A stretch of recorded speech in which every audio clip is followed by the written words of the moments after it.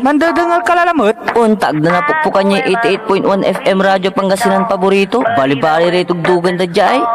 Mandangal pa si rin. Ga, abayan mo, tamandangal tayo sa nagutan sa labi. Aya, so number 1 pop music station, DWJE 88.1 FM, Radyo Pangasinan. Paborito. Kapaborito, lukot nyo lang ng dukulan nyo. Alas 6 na. Time check was brought to you by San Carlos City Mayor Julier Ayoy Rosuelio. San Carlos City, maunlad, ligtas at maayos. Parad aliguas, tan arangkaday kalasyaw, ang inyong lingkod sa ating bayan. Ang bawat isa ay mahalaga. Sama-sama nating itaguyod ang disiplina, malasakit, at tunay na pagbabago. Sa tulong ng inyong suporta, patuloy nating mapapalago ang ating komunidad. Malinis, ligtas, at maunlad. Isang mensahe mula kay Mayor Patrick Agustin Caraman. Kasama ninyo sa bawat hakbang tungo sa progresibong bayan. Alagang Caraman, Kalasyaw, para sa lahat. Tired of the stress and noise of the city and looking for the perfect getaway? Good thing there's JMax Resort Hotel. Cozy rooms, a refreshing pool, and a peaceful escape for the whole family. Whether you are on a trip, a barkada outing, or even solo retreat, JMax Resort Hotel is the perfect destination. So pack your bags, leave the stress behind, and discover the place where relaxation meets comfort. JMax Resort Hotel, your perfect place for any kind of occasions. JMax Resort Hotel is located at Villanueva Street, Poblacion Norte, Santa Barbara, Pangasinan. For inquiries, you may call at 0947-980-3263 or 075-636-8479. JMax Resort Hotel. Popular sa balita, popular sa musika. Pangasinan Golfwaves Network Corporation. Sa Pangasinan, we are the number 1 pop music station. DWJE 88.1 FM. Radyo Pangasinan. Paborito. Paboritong ang kabataan at matatanda. Paboritong pakinggan sa bus, tricycle, jeep at mga opisina. Paborito mo, paborito ko, paborito natin lahat. DWJE 88.1 FM Radyo Pangasinan. Number 1 pop music station. Paborito. Ang susunod na programa ay rated GP. GP? Ano yun? Garantisadong pampaborito! Wadyala sa programan Mambangon si kayo kapaborito. Pakaringalan na saray balita, impormasyon at loob tantaway na luyag na Pangasinan. Maabig yakabwasan Pangasinan. Maabig yakabwasan Pangasinan. Kaiba sa kapaboriton Dennis Mojares tan si kapaboriton Errol Jurado. Jalabat at DWJE 88.1 FM Radyo Pangasinan. Maabig yakabwasan Pangasinan. Oras alas 6:03 ng umaga. Good morning. Masantos tan maabig ay kabuwasan luyag na Pangasinan. Naimbag nga bigat kada kayo amin apo. Maabig buklas kumuyo amin dita nagbulinaw tan Sambales. Narito na naman kami upang maghatid ng mga balita impormasyon na sa araw na ito, araw ng Martes, Pizza 9 sa buwan ng Hunyo 2026. Ang inyo pong makakasama sa umagang ito. Good morning Pangasinan, maabig yakabosan. Ako po ang inyong kapaborito, Kuya Errol Jurado. Makterion Lingkor, Timog Pangasinan, Dennis Mojares. At kasama din natin dyan sa may technical control si Engineer Nixon Dakal. Kung meron kayong gustong iparating na mga balita, impormasyon, mga hinaing, mga issues, mga sumbong, reaksyon at opinion, mangyari lamang po tumawag o mag-text sa ating hotline na 0939-100-9931 o kaya sa Globe number 0927-974-2784. At sa atin pong Facebook page at YouTube, DWJE 88.1 FM Radyo Pangasinan. Ayan. Alas 6:05 ng umaga. Kalunos-lunos ang sinapit ng mga biktima ng lindol na yumanig kahapon bandang alas 7:37 ng umaga na tumama sa Maasim, Sarangani kahapon na nagdulot ng malaking pinsala at may mga namatay, Kapaborito Errol. Umabot sa 22 na ang naiulat na nasawi matapos ang magnitude 7.8 na lindol na puminsala sa mga gusali at mahalagang infrastruktura ayon sa Office of the Civil Defense. Oo. Sa datos ng OCD, tatlo ang nasawi sa Davao Occidental, 10 sa General Santos City, 2 sa Tupi, South Cotabato at 17 ang kumpirmadong namatay din sa mga landslide sa Sarangani. Karamihan sa mga biktima ay nabagsakan ng mga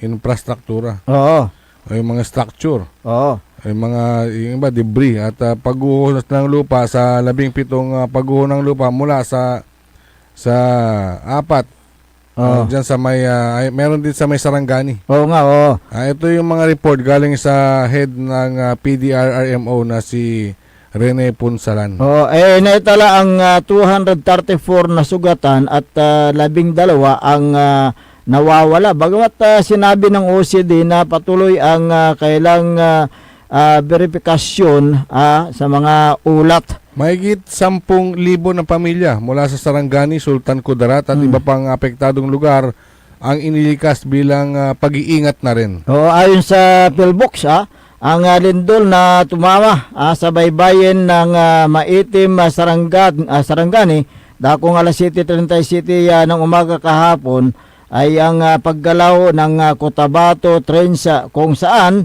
nahati daw yung fourth line sa Silibis Sea at tumawid sa timog kanluran ng baybayin ng Mindanao, kaya nagtaas ng tsunami alert. Iniutos ni PNP Chief Police General Jose Melencio Nartates Jr. ang pagtataas ng heightened alert sa lahat ng police unit sa Mindanao. Gayon din ang pagtulong sa response operation at pagbantay sa mga infrastructure. Samantala, kanang sila yung 17 flight matapos na ang pinsalang yung pagsuspindi ng operasyon sa General Santos Airport kasunod ng malakas na lindol sa Mindanao. Patuloy ang search and rescue at retrieval operations ng mga autoridad sa mga apektadong lugar. Mag-throwback lang tayo, Kapaborito Errol, kung malala mo noong 1990 earthquake dito sa Dagupan City, Baguio City at ilang pang karatig probinsya ay nagtala rin ng kung hindi nagkakamali 7.7 yata yun yung magnitude na tumama dito dakong alas 3:26 ng hapon at netala ang may mga namatay na mahigit 1,000 dito sa Northern Luzon. May mga nasaktan na umaabot sa 3,513 at 321 ang nawawala dito sa buong Luzon yan, pati doon sa may Baguio City, diba? At ito nga, nabuwal ang mga gusali. Yung meron ding yung bridge. Anong bridge niya? Magsaysay. Diyan sa may Perez nasira yung mga mga kalsada. At inabot ng ilang taon din bago nakabangon ang lungsod ng Dagupan sa nangyaring lindol noon. Mabuti nandiyan ang siyempre yung mapagmahal na congressman that time ng 4th District, si former Speaker Jose De Venecia Jr. na gumawa ng paraan na muling makabangon ang lungsod dahil nga agmonta paano mo man umpisa that time? Oo, ang pagbangon ng Dagupan City mula sa mapinsalang lindol noong July 16, 1990 ay isang patunay na katatagan kung saan ay dumanas ng matinding pinsala. Oo, at Sa kabila ng trahedya, mabilis na nakabangon din oo. ang Dagupan City sa pakikipagtulungan ng lokal na pamahalaan at siyempre sa tulong ni dating Speaker Jose de Venecia Jr. na humingi ng suporta sa national government at sa meron pa nga ibang bansa, di ba? Correct, oo. Sa ilang dekada, ang Dagupan ay nagsagawa ng puspusang rehabilitasyon upang maging disaster resilient.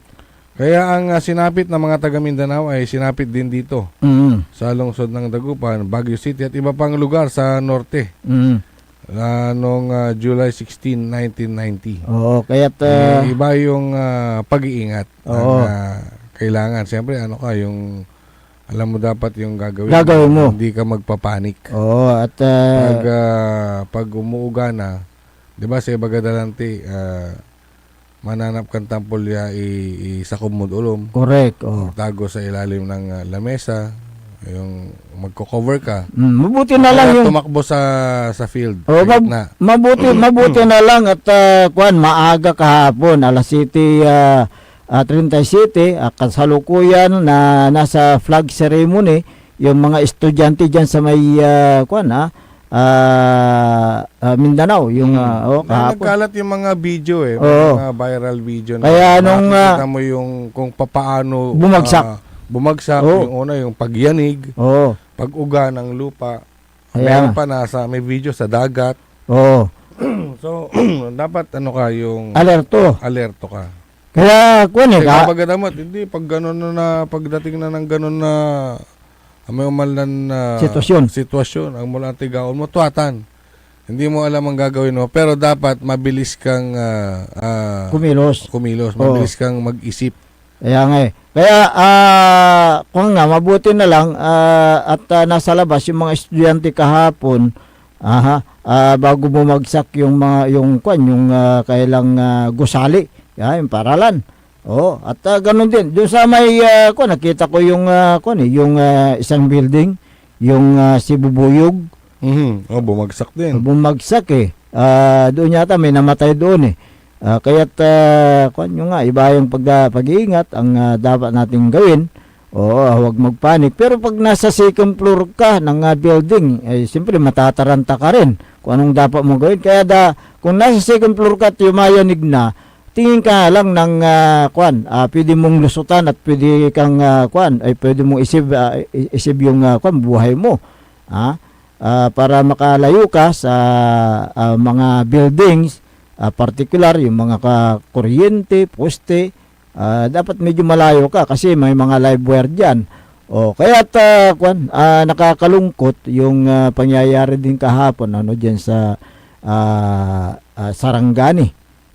Kaya't ito ngayon yung mga residente diyan, yung mga negosyante diyan ay din nila alam kung paano sila muling makabangon sa kailang sinapit na yung kalunos-lunos kahapon yung lindol. Kaya't dapat alerto tayo sa mga ganyan na kalamidad, partikular ang lindol dahil hindi natin alam na kung kailan darating ito, anong oras darating ito. Kaya handa ka palagi. Alas 6:14 ng umaga. Dumako tayo sa mga magagandang balita pa rin. Kasi diyan sa bayan ng Mapandan, Pangasinan, ipinakita yung tunay na serbisyo publiko nitong si Liga President Alexander Alex Aquino ng Barangay Lambayan sa bayan ng Mapandan matapos na siya po ay namigay ng mga school supply. O kaya't diyan na makikita yung kanyang tunay na serbisyo sa barangay at buong bayan ng Mapandan, Pangasinan. Bilang Liga President. Bilang Liga President. Kaya kahapon namigay ng mga school supplies Oo. sa mga batang mag-aaral mula grade 1, hindi lang grade 1 Pati kinder yung mga nasa daycare. daycare. Mga nasa daycare hanggang grade 1 to grade 6. Oo. Diyan sa may Lambayan Elementary School. At yung mga mag-aaral na late enrollees ay nabigyan at mabibigyan. Ayun, mahigit 200 yata na mag-aaral ang nabiyayaan ng school supplies kahapon. Sila po ay lubos na nagagalak at nagpapasalamat, partikular yung mga guro at mga magulang ng mga bata. At ang serbisyo publiko ay hindi lang pribilehiyo, kundi isang responsibilidad. Ayan, tingnan nga May natin mga litrato ba tayo? yung video engineer, yung Yung pamimigay kahapon. pamimigay kahapon sa may barangay Lambayan, dyan sa Mapandan, Pangasinan. Kasi, yung mga estudyante, mga mag-aaral, ay talagang, Hindi lang mag-aaral ang natuwa at naging masaya, kundi pati na rin mga magulang. So, pakita natin dyan, yung, pamimigay. Ayan, yun po, yun si Yung Liga nakaputi President. na merong Black. yung blue. Si Kanyan, Liga, Si Kapitan at Liga President. Liga President Alex Aquino. Ayan, kasama yung mga Barangay Council. Sino ba yung mga barangay mga council teaching dyan? force, ang mga barangay council dyan, sina Kagawad JP De Vera Surya, si Kagawad Johnny V. Agustin, Kagawad Ronald C. Liana, si Kagawad Lope Yo Soriano, si Kagawad Emilio L. Aquino Jr., Kagawad Winnie O. Liu, Kagawad Ariel E. Marsan, ganon din na mga yung barangay secretary, si Manulit E. Marsan at yung treasurer si Ferdinand S. Biala. Kahapon kausap natin si secretary. Oo. Tsaka yung BHW president. Ayan, good morning sa inyo yan. At yan, yung mga teaching force, yung mga guro. At Nakita mo yung mga chikiting. Oo. Ayan, nakapila. Nabibigyan ng school supplies. School supplies, ayan. Ano yan, naka-transparent na folder. Ayan, oo. At yun nga, mahigit 200 ang kanilang napasaya. At may mga late enrollees, nagpapa-enroll pa lang kahapon. Pero mabibigyan din. Bibigyan pa rin sila. Yung mga, kasi syempre, ang nabilang lang nila, yung mga nagpa-enroll. Although may buffer naman sila, pero sa dami daw nang nagpa-enroll ngayon. Pero wag po kayong mag-alala dahil lahat po yan ay mabibigyan. Ayan, oo. Ang tapat na serbisyo ay susi sa matatag na lipunan. Kaya ang ginagawa ni Liga President Alex Aquino na pamahagi ng school supply kahapon ay susi ng kinabukasan ng mga mag-aaral, mga sa bata. pamamagitan ng kanyang matatag na pamumuno na walang sawang pagsiservisyo sa barangay Lambayan, patuloy nitong isinusulong ang mga programang nakatuon sa kapakanan ng kanyang mga kabarangay. Kasi ang punong barangay, very powerful yan Bakit doon sa Republic Act 7160, tatlo yung nasa kanya yung tatlo na very powerful. Kaya mahirap din maging kapitan. Oo, kaya mahirap maging kapitan. Siya po ay pwedeng mag-preside sa sangguniang pambarangay. Pwede siyang magpatupad ng mga batas sa barangay. At meron siyang police power din. Pagpapanatili ng peace and order. Oo, kaya napakahalaga din ang yung ginagampanan ng isang punong barangay. Diyan sa barangay Lambayan di ba si Kapitan at Liga President Alex Aquino ay meron na siyang kuan diyan na-purchase na mga yung garbage truck, di ba? Siya rin yung unang-unang nakapag-purchase ng ambulansya. Ambulansya, oo. Nakita rin natin yan. Correct, oo. Noong mga unang mga buwan niya sa paglilingkod. Correct. Ay nakabili at personal. Personal yung personal na pera ng kanyang pamilya. Oo. Sila po ay nag-usap-usap na pamilya upang makabili ng ginawang ambulansya o rescue ng barangay. Ng barangay. Although na ang lokal na pamahalaan ng Mapandan headed by Mayor Carl Christian Biga, Meron din. may mga yung patrol car, rescue vehicle. lahat ng mga Multipurpose barangay. vehicle, yan ang tawag dyan eh. Multipurpose vehicle. Lahat ng mga barangay dyan, 15 barangay, ano? 15 barangays, walay multipurpose vehicle da. Oo. Kaya ramdam na ramdam ng mga taga-Lambayan ang malasakit at pagmamahal ng mga opisyal ng barangay dyan sa Lambayan dahil sa mga naisakatuparang programa at proyekto at sa mga susunod pang mga panahon dahil marami pang programa na nakalinya na dapat gawin nitong si Kapitan at Liga President Alexander Alex L. Aquino. Tama. Kilala si Liga President Alex Aquino Oo. sa kanyang matapat na tungkulin. Ayan, Yung transparent Correct. at inuuna ang kapakanan ng komunidad at binibigyan ng agarang aksyon ang mga problema sa barangay. Barangay, oo. At siyempre, siya po ay nakikipagtulungan sa lokal na pamahalaan bilang Liga President kung ano man yung mga programa at proyekto na pinapatupad ng lokal na pamahalaan. Nandyan po si Liga President Alexander Alex Aquino. Kasi pagdating sa mga implementation ng programa ng LGU, watan si Mayor. Correct. Pero bilang Liga President, yung kanilang big brother ng mga kapitan dyan, siya yung nagre-representa si Katumatsu sa Mambobobo na baton para sa aray kaparaton na barangay kapitan. Kaya nga, di ba, ang isa sa mga programa ng LGU Mapandan ay ang pagsasaayos ng basura. Basura, ayan.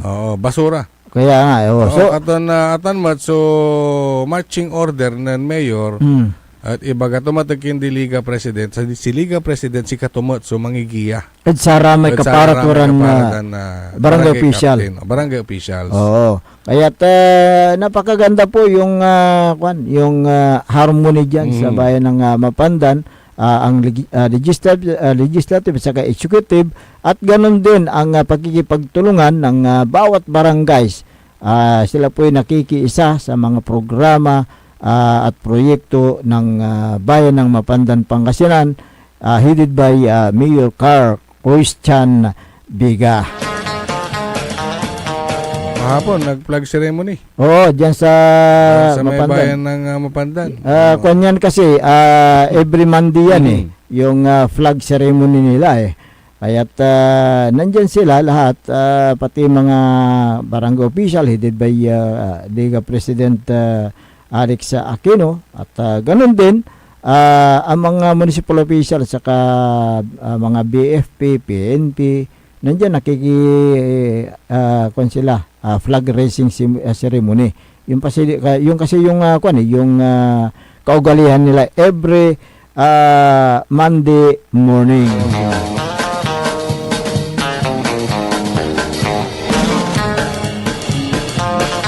Maraming mga ginagawang proyekto under the administration of Mayor Carl Biga, no? Ano yung ginagawa nila doon sa Maykwan, tabi ng bagong legislative building? Meron naman One-stop shop. One-stop shop. One-stop shop building. So, kung one-stop shop, nandoon na lahat yung pangangailangan ninyo. Kung kayo po ay pupunta sa munisipyo, at nandoon sa sa isang building. Tabi ng legislative building. May magandang balita po diyan sa may bayan ng Mapandan. Dahil Pagkatapos ng sinagawang flag raising ceremony, Oo. ay formal na pong ibinigay ang mga land title Uy, para sa lokal na pamahalaan ng Mapandan, yung Bureau of Fire Protection, yung Philippine National Police. uy. So meron na silang titulo. Titulo Oo, ng lupa. ng lupa. Oo. Ang pagkakaloob ng mga titulo ay isang mahalagang hakbang upang ganap na maging legal na pagmamayari ng mga lupang kinatatayuan ng mga gusali ng pamahalaan na inaasahang makakatulong sa maayos na pagpaplano, pagpapatayo at pagpapaunlad ng mga pampublikong pasilidad sa serbisyo sa bayan. Actually, yan yung counterpart ng LGU Mapandan yung mga lupa, di ba? Para may patayo yung magandang gusali ng Bureau of Fire Protection, di ba? Tama. At least, yung Oo. PNP naman, nung mga nakaraan pa pala, wala pa sa kanila yung papeles. Ngayon Ngayon, Gina- turn over na. turnover na. So, Oo. sarili na ng PNP. DENR. Oo. From DNR. Tapos DNR. yung titulo rin, yung mga papeles din ng munisipyo, yung mga ibang part, ay itinurn over na rin sa LGU. Ayan, oo. So, congratulations po sa PNP at saka sa BFP dahil nagkaroon na kayo ng sariling lupa na Titulo. titulo na kinatatayuan ng inyong gusali, yung building ninyo ngayon. Yung hepe pala nila dyan, kasamang tumanggap. Mhm. Yung hepe ng BFP at ng PNP. PNP. Si Police Major Vincent Jasper Magsarili. Sa PNP yan. Sa PNP. OIC Oo. siya ng OIC. Mapandan Police Station. Oo. At si SFO4 Jonathan Velasquez, Acting Municipal Fire Marshal. Martial. Ayan, oo. At sila po ay din, nag-purchase yata ng yung fire trucks. Mhm. At ang isa sa mga aabangan natin yung pagpapatayo Oo. mismo ng bagong fire station. Ayan. Diyan din sa malapit sa police station yata yung yan yung lupa na pagpapatayuan diyan. Malapit lang din, bandang harap lang din yun. Ayan, oo. So, abangan natin yan para magkaroon na sila ng bagong gusali ang Bureau of Fire Protection sa bayan ng Mapandan, Pangasinan. Good morning kay Sir Jeffrel at ganoon din kay Dr. Felix Domicilio at Boss Darwin. Magandang umaga. Marami sigurong kinain ito si Boss Darwin kahapon. Di ba? Oo, napaga yung lunch ni Boss Darwin Sa aming pagbabalik, talakayin din natin yung distribution kahapon dyan sa bayan ng Kalasyaw sa yung mga distribution ng school supplies sa iba't ibang mga eskwelahan, iba't ibang barangays na ito po ay pinuntahan ni Mayor Patrick Agustin Karamat. Makalipas na po ng ilang paalala.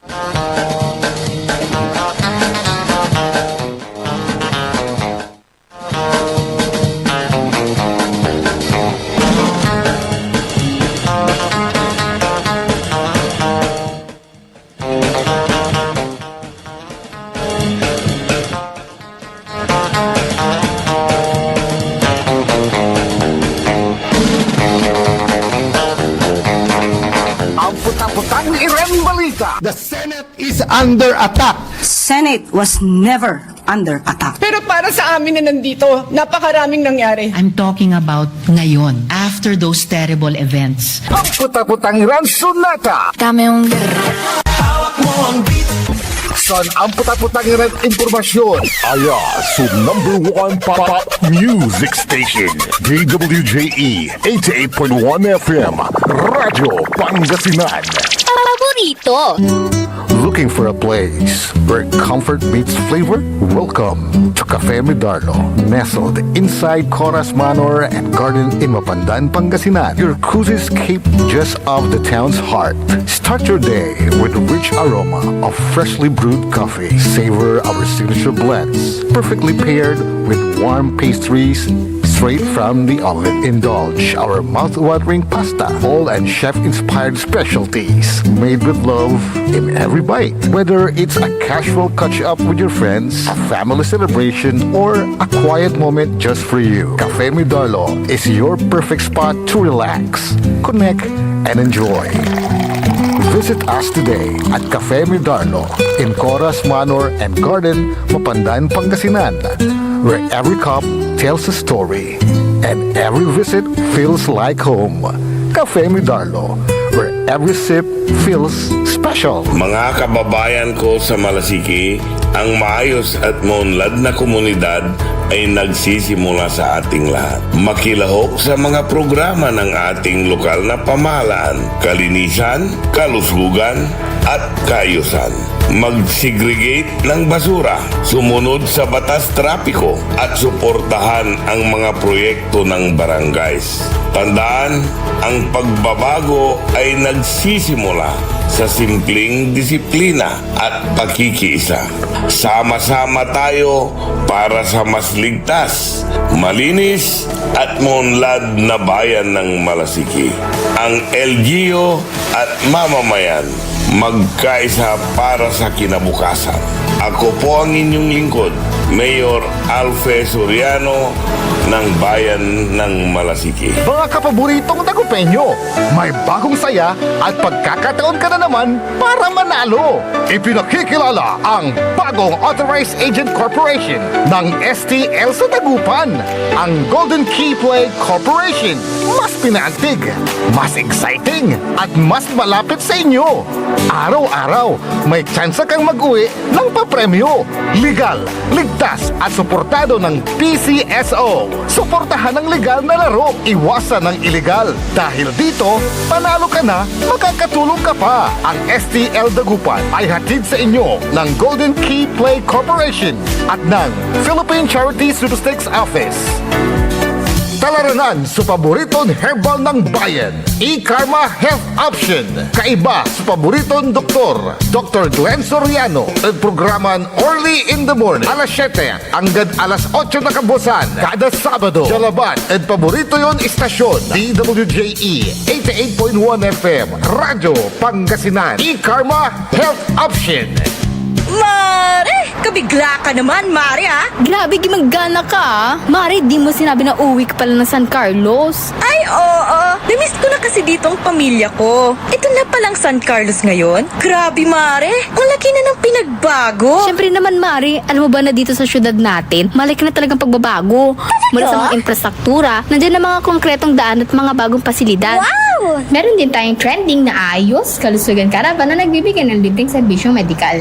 Palit-palitan, ha? Saka, nandiyan din ang mga programang pang-agrikultura para sa ating mga magsasaka. Ay, wow! At higit sa lahat, Maria, ang pagpapanatili ng peace and order ng ating syudad. Perfect! Di lang yan, binibigyan din ng halaga ang kapakanan ng lahat ng tao at pantay na karapatan sa mga serbisyo ng gobyerno. Grabe, Mare! Ang bongga na talaga ng San Carlos. Parang ayoko na bumalik sa ibang bansa. Oo, Mari. Kung ako sa'yo, dito ka na lang sa San Carlos. Dahil sa San Carlos, tunay na subok na ang serbisyong ayos. Mayor Julier Ayoy Resuello po, kasama si Vice Mayor Jose Resbox Resuello at ang Sangguniang Panglungsod ay nandito upang umagapay at magserbisyo sa ating minamahal na syudad. San Carlos, maunlad, ligtas at maayos. Paboritong lang kabataan at matatanda. Paboritong pakinggan sa bus, tricycle, jeep at mga opisina. Paborito mo, paborito ko, paborito nating lahat. DWJE 88.1 FM, Radyo Pangasinan. DWJE 88.1 1FM Radyo Pangasinan.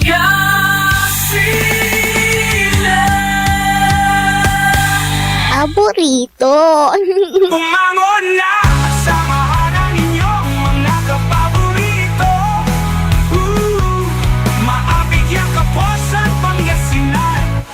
Dennis Muarez, Errol Jurado ang gigising sa inyo tuwing umaga sa programang Maabig Kagabosan Pangasinan.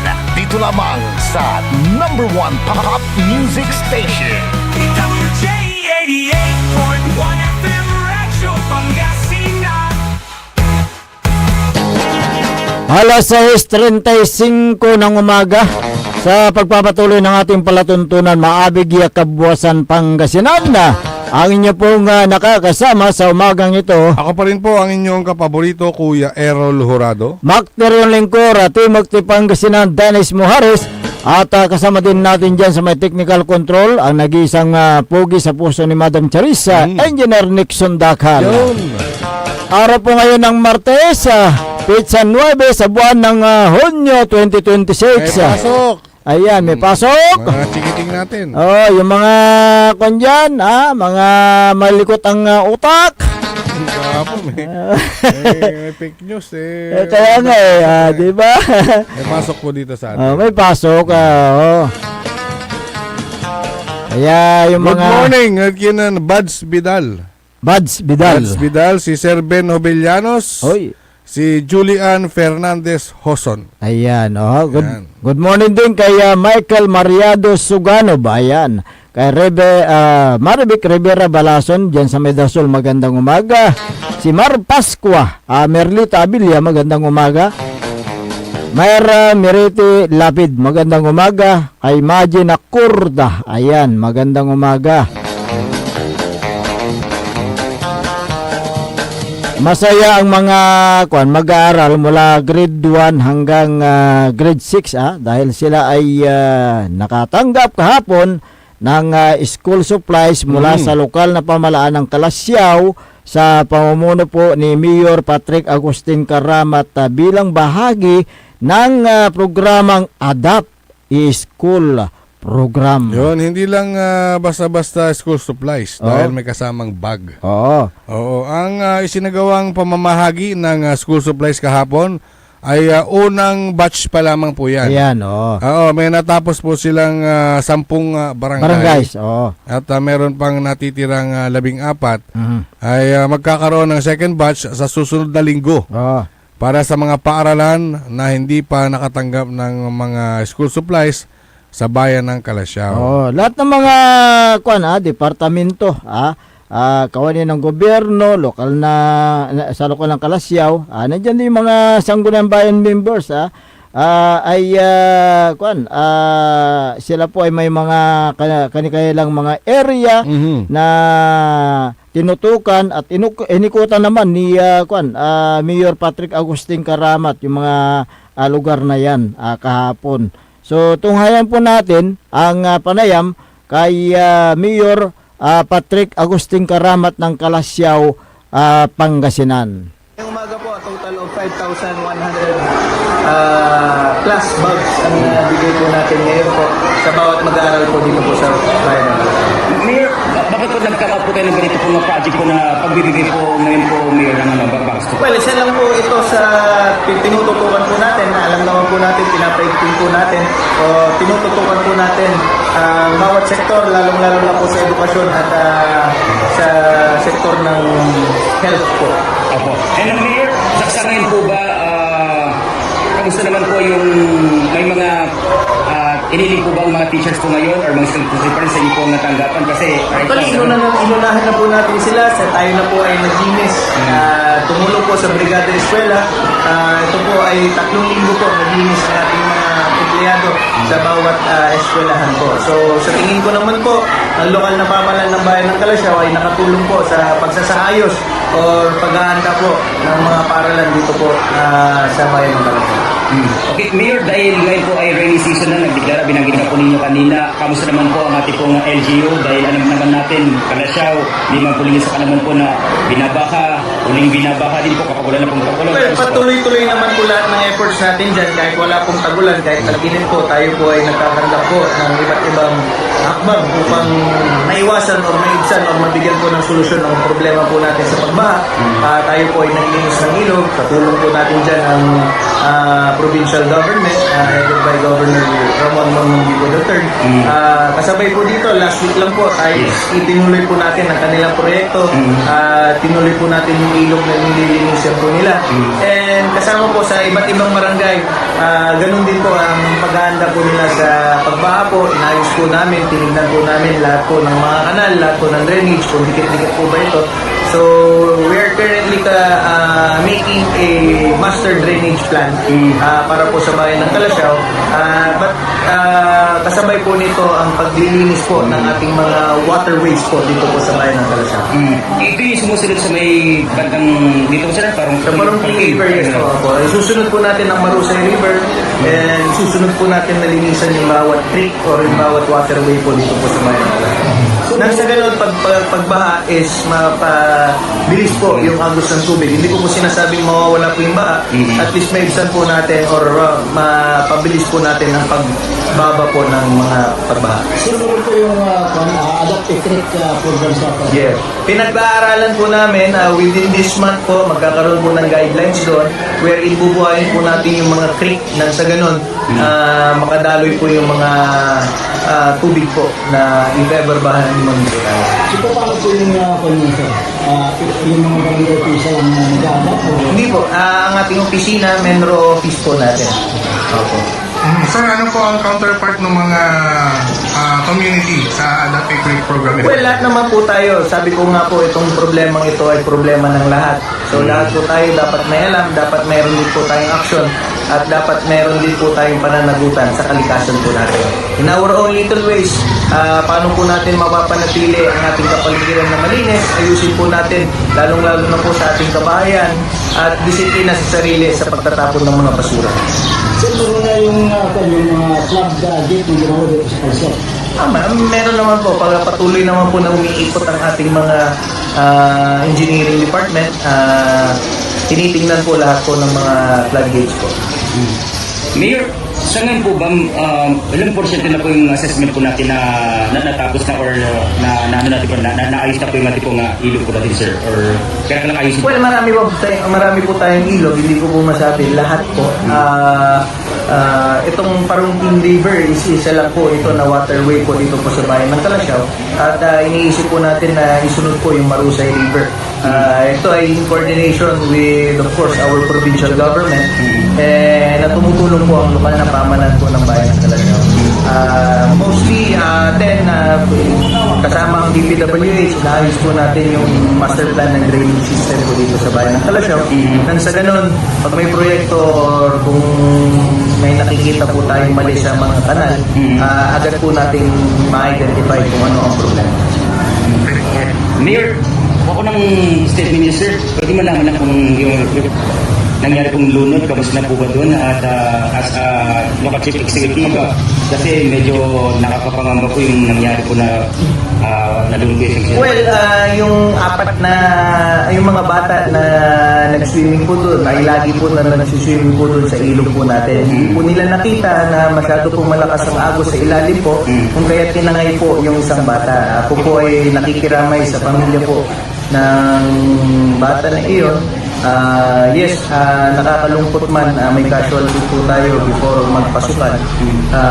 Ito po, hindi naman po natin kagustuhan po ito na may mawala po na kababayan po natin, lalo na po magpapasukan. Masakit po sa mga pamilya po na nawalang bata. Naanak naman po, tumulong naman po ang ating NDR. Hanggang madaling araw po, nandun po, hindi po nila iniwan yung ilog po doon, hanggang nandun po yung mga pamilya nung nalunod po. So, kami po ay nakikiramay, and of course, sa aming abot ng makakaya, paalala po na kahit alam po natin na marunong po tayo lumangoy, sana po huwag po natin yung take risk. Hindi po natin alam ang agos ng tubig ngayon at rainy season na po, high tide, low tide po. So ayun nga po, yung bata po na iyon ay akala po nila yung river kung saan talaga po sila naliligo palagi ay malakas po pala ang daloy ng agos ng tubig sa ilalim po ng ilog. Magkakaroon po ba tayo ng temporary losing policy because Yes, of opo, this? opo. Yes, opo. Meron po tayong mga ganun po. Pinag-uusapan po ng Sangguniang Bayan, gagawa po tayo ng ordinance regulating those citizens or those people na naliligo po sa ating mga ilog.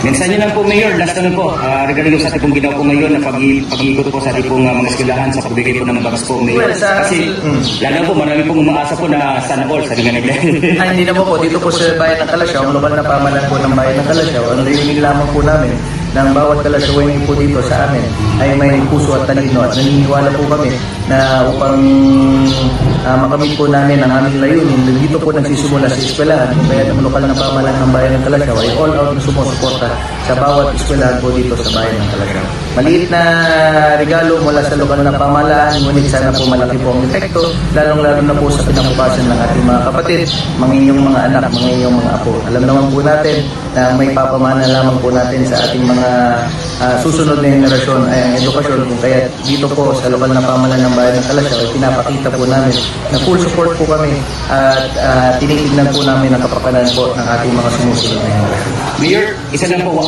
take note kasi napansin ko natin yung bag po ninyo, wala po kayong pangalan. Hindi naman mga traditional na Hindi naman po mula kay Mayor Patrick Agustin Karamat po yan. Mula po yan sa lokal na pamahalaan ng bayan ng Kalasyaw. Mula po sa buwis na binabayad po ng bawat mamamayan po natin dito sa bayan. Thank you po. Thank you, Mayor. Si Mayor Patrick Agustin Karamat ng Kalasyaw, Pangasinan. Ayan. Napansin mo kahapon ang mga school supplies, mga bag ng mga bata ay walang nakatatak na pangalan o mukha ng mga politiko. Ang paliwanag ni Mayor Karamat, ang pondong inilaan dyan sa pag-purchase ng mga school supplies, mga bags, galing sa buwis ng taong bayan. Kaya walang nakalagay na pangalan ng sino mga public official. Although pinagbabawal ang paglalagay ng pangalan ng mga politiko sa mga ganyan, mga ayuda, mga proyekto, diyan sa school supplies, dahil ito ay pondo nga mula sa gobyerno. Kaya nga yung pagtalima ng lokal na pamahalaan ng Kalasyaw ay talagang pinapatupad din nila yung anti-ipal policy na ito ay naglalayong maiwasan ang self-promotion at yung tinatawag na political branding gamit ang yung pera ng taong bayan. Ang naturang batas ay batay sa DILG Memorandum Circular Number 2026-006 na inatasan ng Department of Interior and Local Government o DILG ang lahat ng lokal na pamahalaan na agad tanggalin ang mga pangalan, mga logo, mga inisyal ng mga opisyal sa mga pasilidad, mga bihikulo, mga proyekto kabilang ng mga relief goods, katulad niyan mga school supplies na pinondohan naman para sa mamamayan. Mula ng upo si Mayor Patrick Agustin Karamat bilang mayor ng Kalasyaw, pinapatupad na ang naturang lituntunin. Kaya lahat ng proyekto, programa ng lokal na pamahalaan na pinondohan mula sa buwis ng taong bayan ay wala kang makikitang pangalan, mukha o logo o initial man na pangalan ng lokal na namumuno gaya ni Mayor Patrick Karamat. Ang pondo ng gobyerno ay para sa serbisyo publiko na hindi dapat gamitin sa mga personal na promosyon. Gusto ni Mayor Patrick Karamat na yung malinis na pamamahala at ibigay ang narapat na serbisyo para sa bayan ng Kalasyaw, Pangasinan. Yan, may mga taga-ibang bayan na naman na mapapa sana. Mapapa. Wow. Gayahin mo yung latter part na nakausap natin si Mayor. Ay posible pala yung mga ganitong programa.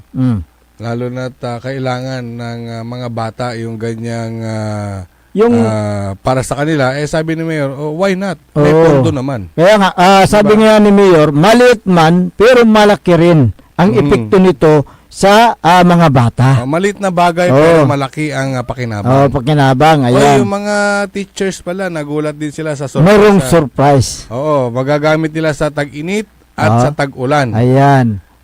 Yun ay binigyan sila ng munting regalo. Munting sorpresa, yung payong. Payong, oo. At siyempre, payong na, pag-usapan natin yung payong. Payong kaibigan.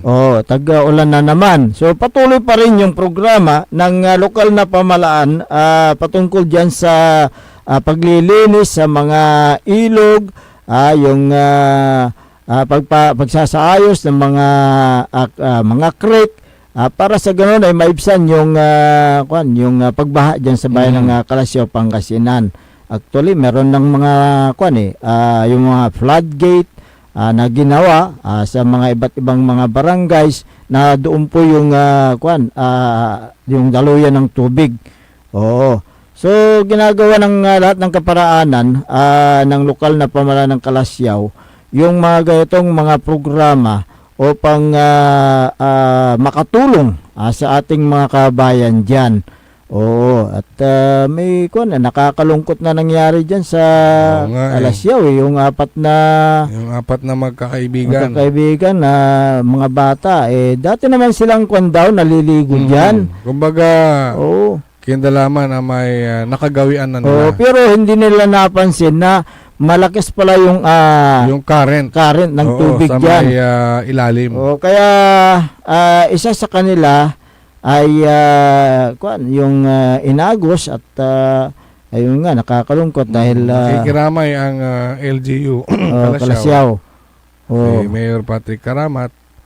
At bagaman nahanap na yung bangkay ng bata, syempre isang malungkot rin na pangyayari. Kaya plano ni Mayor Patrick Karamat na at ang Sangguniang Bayan na gumawa ng aksyon na prohibiting, pagbabawal at na maligo doon sa area na yun.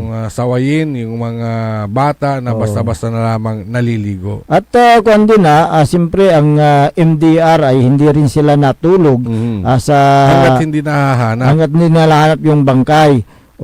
So nandyan yung MDR, PNP na sila po talagang naghanap sa bata. Nandyan si Sir Ed Villacorta bilang MDR head, na sila po yung naghanap doon sa bata. Mabutit nahanap yung bangkay, pero nakakalungkot pa rin. Nakakalungkot yung pangyayari dahil sa masayang pagliligo nila, pero nauwi sa isang trahedya. Yun ang nakakalungkot na bahagi. Kaya sabi ni Mayor Patrick, nakikiramay po kami doon sa pamilya ng biktima. Pwede pa tayong mag-exercise, engineer. Okay, take it away.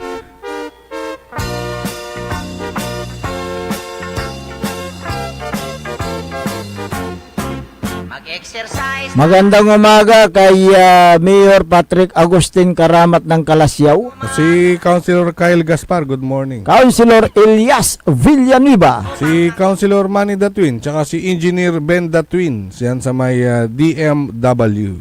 Na si Councilor Mike Sison. Nakita ko rin si Councilor Jopi Loresco. Ganon din na si former Councilor Gerald Apisyal. Nakita ko rin kahapon si Engineer Boy Dion at si Engineer Carlito Dion. Ayan, good morning po sa inyo. At magandang umaga si Boss Carlos at si Madam Mami Oy. Huwag ka ng kiligin. Kinikilig lang. Sila yung mga lovebirds dyan. Ayan, malaki na ba yung natin dyan, Boss Carlo? Hindi? Malaki-laki na. Malaki na. Pwede na yan. Basta. Para sa isang special na okasyon. Ayan. Huwag mong unahin, ha? Si Don Ramon Bautista. Good morning. Dito Bali na Manawag. Taga-ditan Manawag. Walad Region 1 Medical Center. Paraplad Region 1 Medical Center. Ayan, Good morning din, sa lahat ng mga nakikinig dyan sa may Region 1 Medical Center. Anong tawag mo doon? Dietary section. Dietary section, yung mga nagpiprepare ng mga pagkain. Ayan. Sila po'y nakikinig dyan, araw-araw. Good morning din kay dyan sa Mayor's Office, si Sir Bayan, si Harold Gangat at ganoon din si Dado. Si Kuya Robert, magandang umaga. At sa lahat ng mga nandyan sa Mayor's Office, magandang umaga po sa inyo dyan sa bayan ng Calasiao, Pangasinan. Si Caramil De La Cruz. Dyan sa may, kumusta ka na? Caramil, tagal-tagal na hindi tayo nagkausap. Nagkita. Busy. Pag busy ang isang tao, pag abala, intindihin natin. Ayan. Diba? Pero maraming chances naman na pwede nating makaulayaw, makakwentuhan. Si Caramil De La Cruz. Itanad, siyudad na San Carlos. Kapitan Saldi Bauson ng Barangay Macabito, Calasiao, Pangasinan, magandang umaga. Oy, Martes nila ba? Martes. Wala pa eleksyon. Yung hakot basura. At lahat ng mga barangay officials, BHW, mga tanod, siyan sa Barangay Macabito, magandang umaga po sa inyo. Radyo na dito, thank you very much. Maraming salamat. Maraming nakikinig dyan sa Barangay Macabito. Si Kagawad Junjun. Belated happy birthday. Labot? Belated. Mababot. Oo, siyempre, hindi tayo nakadalo eh. Hindi ka natitikman yung pansit eh. Hindi ka kasi pumunta eh. Hanggat hindi natin natitikman yung pansit. Ayan. Kaule Navarro. Nandyan na. Susunod sa atin yan, si Ole in the morning. Wala na po tayo sapat na oras sa ating palatuntunan na kaya kayo po pansamantalang namamaalam na sa Himpapawid at magbabalik bukas ang inyo pong nakasama sa umagang ito. Ako po ang inyong kapaborito, Kuya Errol Jurado. Macterior Rencor at yung Magtipangasinan, Dennis Muhares. At kasama din natin dyan sa may technical control, si Engineer Nixon Dakal. Ang tabayanan ng susunod palatuntunan, Ole in the morning, ni Kaole Navarro. Dito lamang sa DWG 88.1 FM, Radyo Pangasinan. Paborito! Wadya sa programa Mamba